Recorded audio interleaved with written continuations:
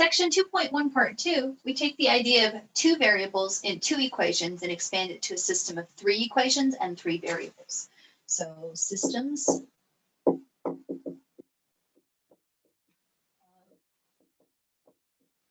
three variables and three equations. These are still considered to be linear systems, and the reason they're still considered to be linear is because the x, the y, and the z will all be raised to the first power, so you don't see any exponents of squares or things like that, so floating around in the equations. In three dimensions, though, an equation with x, y, and z represents a plane, like a piece of paper is a plane. So the handout itself has some beautiful pictures that I'm not going to try to reproduce in 2 dimensions on the board, those 3-dimensional pictures. So, but again, you still have different possibilities for answers. So you might have a single solution, which is where 3 planes meet. And that is our first picture. This is not going to work very well, but here it is, this first picture where you can see the 3 planes are meeting at a single point. You can think about that as the core of a room where the floor and the 2 walls are meeting. That's a 3-dimensional representation of planes intersecting at a single point. You can also get the infinite solution case. So what might happen is that they might intersect along, and that's this picture, a line. So you can see that the line that's running through the very middle of the picture is an infinite solution. You could also have the 3 planes that are all the same plane laying on top of each other, like sheets of paper laying on top of each other. Those would both be infinite solution cases. You could also have no solution, in which case those 3 planes don't intersect at all because there's space between those planes, or they're intersecting like this weird little triangle piece, right? Where 2 planes intersect, but the third one is not intersecting. So the key here is that when you have a system of 3 variables with 3 equations, that you can still have no solution, 1 solution, or an infinite solution. And that is the key. If we have an infinite solution case, again, we'll go use a parameter to write the answer. So we'll use parameters.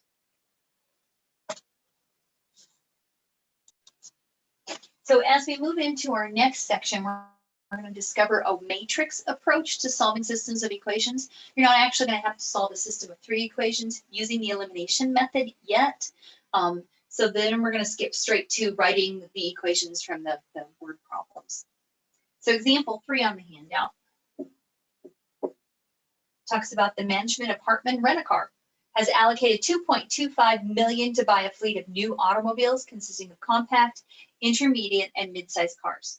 Compact cars cost $18,000 apiece, intermediate-sized cars cost $27,000 each, and the full-size cars cost $36,000 each. If Hartman purchased twice as many compact cars as intermediate-sized cars, and the total number of cars is 100, to determine how many cars of each type will be purchased. Let's define those variables again. So we're going to let X be the number of compact cars. And just a reminder that those were 18,000 apiece. So we're going to need that piece of information here in a minute. So they cost 18,000 each. Y will be the number of intermediate size cars. They're 27,000 each. Z is going to be the number of full-size cars.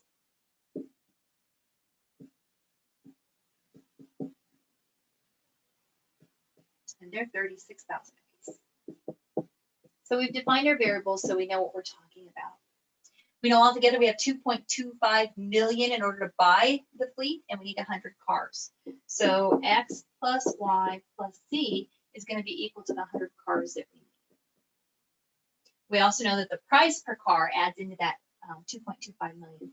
So we have 18,000 X plus 27,000 Y plus 36,000 Z is equal to that 2.25 million, but I need to write it out with all the zeros.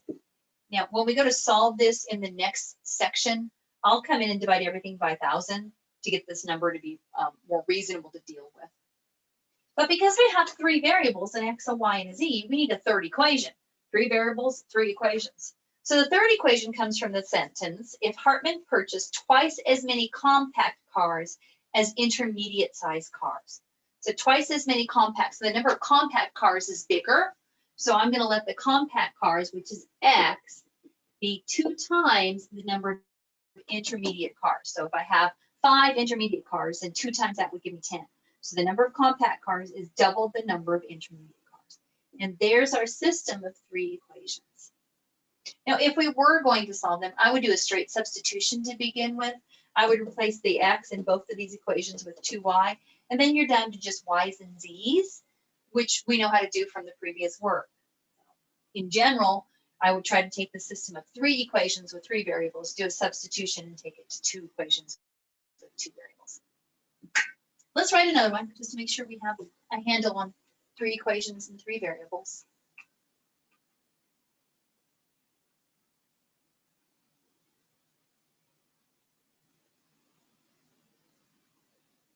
So the last example for this section, example 4, talks about a theater.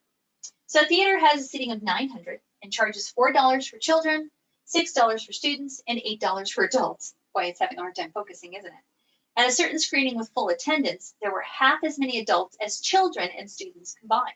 The total receipts were $5,600. How many children attended the show? So same thing, let's write those variables. So we're going to let X be the number of children. And we know that the children's tickets were $4. And that's just me getting it down, so I've got the piece of information I need. Y is going to be the number of adults or number of students.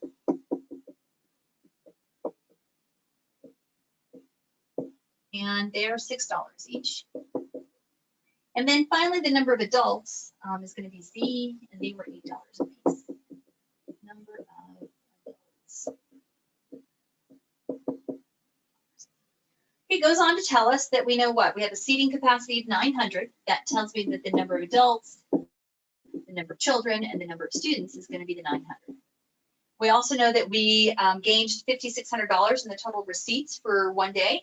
So that brings in the prices. So $4 times every children that attended, $6 times every student that attended, and $8 times every adult that attended is going to get me to my $5,600. Very similar to the last problem where we had the price per cars.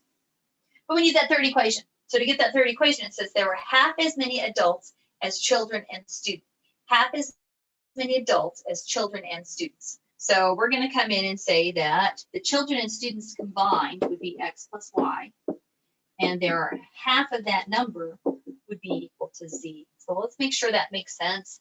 So if I know that I had, we'll take a nice number, 6 children and 10 adults attended, or sorry, 6 children and 10 students attended, that's 16. We need to cut that in half to get the number of adults. So yes, this works. So again, I would do a substitution. If I were going to solve this, I'd replace each of these Z's with 1/2 times X plus Y and take it from there to solve it. But there's our system of equations. And again, the homework is just having you formulate but not solve this system. We'll come back and solve them once we learn the Gauss-Jordan method. And that wraps up section 2.1.